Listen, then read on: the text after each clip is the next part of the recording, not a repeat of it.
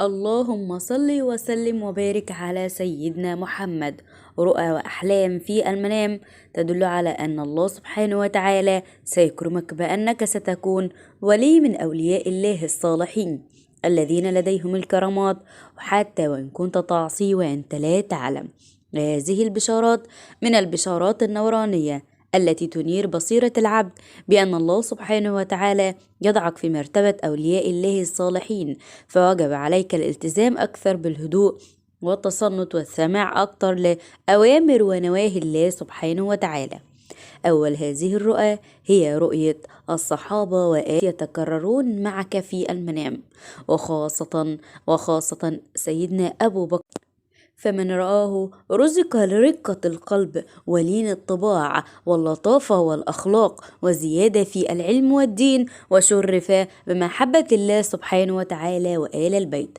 وأيضا لو كنت امرأة يتكرر عليك نساء المؤمنين من آل البيت رضوان الله عليهم، فإن رأيت هذه الرؤى فاعلم أن الله سبحانه وتعالى يضعك في مرتبة أولياء الله الصالحين وأنت لا تعلم.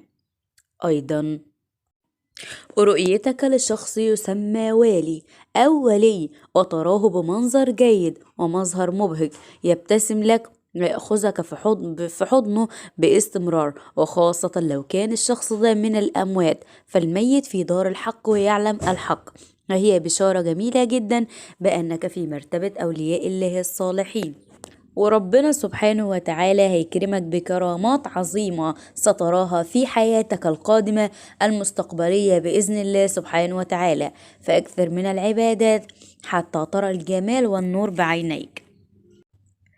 أيضا رؤية نفسك تفعل المعجزات في المنام، بمعنى أنك بترى نفسك بتضع يدك في جيبك تخرج بيضاء، بترى نفسك أنك تمسك عصا وتضرب به البحر فينشق ليك، أو بترى نفسك تمسك عصا فتلقيها فتخرج ليك ثعبان، زي معجزات الأنبياء بالظبط. فالرائد أو مثلا بتحط إيدك على الأكمه والأبرص فيشفى بإذن الله.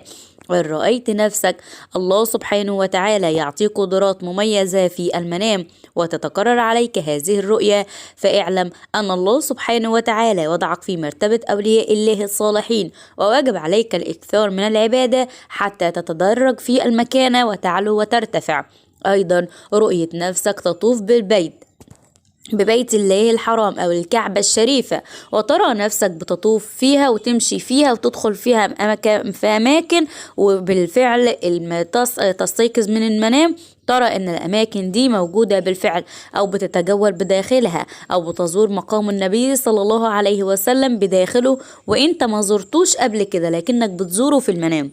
فزيارة الأماكن المقدسة في المنام وترى فيها أماكن لم تكن تراها ولكن رأيتها رؤيا العين ورأيتها بجمالها ورأيتها بحقيقتها، هي بشارة من الله سبحانه وتعالى بأن الله سبحانه وتعالى يرعاك بعينه الذي لا تنام، وسينصبك من مناصب أولياء الله الصالحين وأنت لا تعلم. أيضا رؤية نفسك تصلي في المنام أو تفعل العبادات بكثرة، معنى ان انت بترى نفسك بكثرة بتصوم، بترى نفسك بتتصدق، بتمط الأذى عن الطريق، بتنهى عن المنكر، بتؤمر بالمعروف في المنام.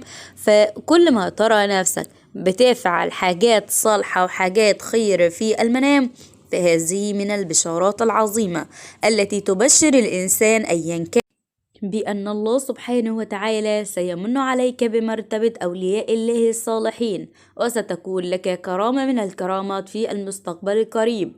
فقط كل ما يجب عليك هو أن تتقرب لله سبحانه وتعالى حتى ترى ذلك الجمال والنور بعينك بإذن الله من الله سبحانه وتعالى.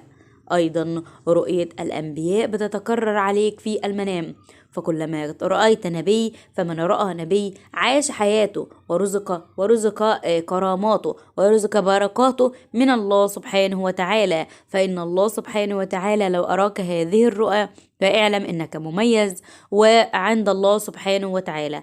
أيضا رؤيا الملائكة وترى ملائكة نورانيون تخرج منهم النور، وتراهم في المنام يتكلمون معك أو بيتحدثون معك أو بينهوك عن أفعال معينة أو بيمروك بأفعال معينة، وكأنهم بيعيشوا معاك اللحظة لحظة أو بيعيشوا معاك أيامك لحظة بلحظة.